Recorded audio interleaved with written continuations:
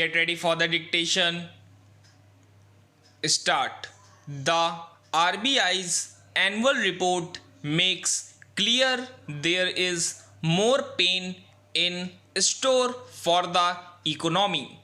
3 weeks after its monetary policy committee decided to hold fire on interest rates amid accelerating retail inflation, the Reserve Bank of India has forecast more pain for the economy.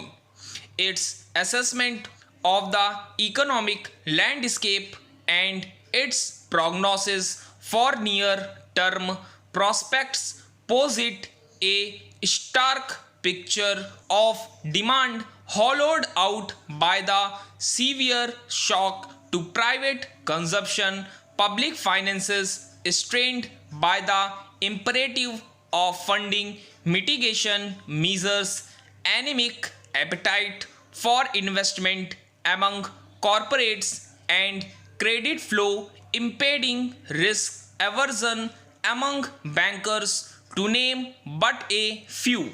The COVID 19 induced economic contraction that manifested itself in the fiscal first quarter is now almost certain to extend through the July September period, the RBI said in its annual report, observing that the reimposition or stricter imposition of lockdowns in different parts of the country in July and August had mainly contributed to damping the tentative revival in momentum seen in the preceding 2 months. It said several recent high frequency indicators pointed to an unprecedented retrenchment in activity, noting that the services sector has been a prime mover of the Indian economy. The central bank flagged the fact that whatever consumption had survived the shock was now manifesting as essential spending, with services including transport and hospitality almost completely eviscerated. The central government, which has gamely attempted pandemic proofing demand by increasing its net revenue expenditure by a third in the first quarter, is however likely to find itself strapped for resources in the coming months. As a result, it would have little leeway to undergird momentum. States too are expected to find their finances so tightly squeezed as to have to cut capital spending. In its prescription to overcome the funds crunch, however, the central bank appears to run into a contradiction.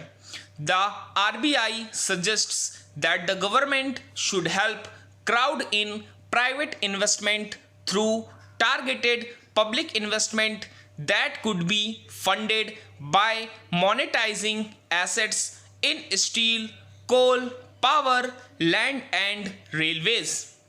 But given that private companies have been either too highly in debt and therefore keen to use gains from the government's corporate tax rate cut to repay loans, or loath to raise capital spending when saddled with excess capacity, it is hard to see the government raising much out of its privatization efforts. Ultimately, as Expenditure Secretary TV Somanathan has acknowledged, the centre may opt to marshal its meager resources more prudently and wait for the curve of infections to start flattening before committing to any further stimulus spending.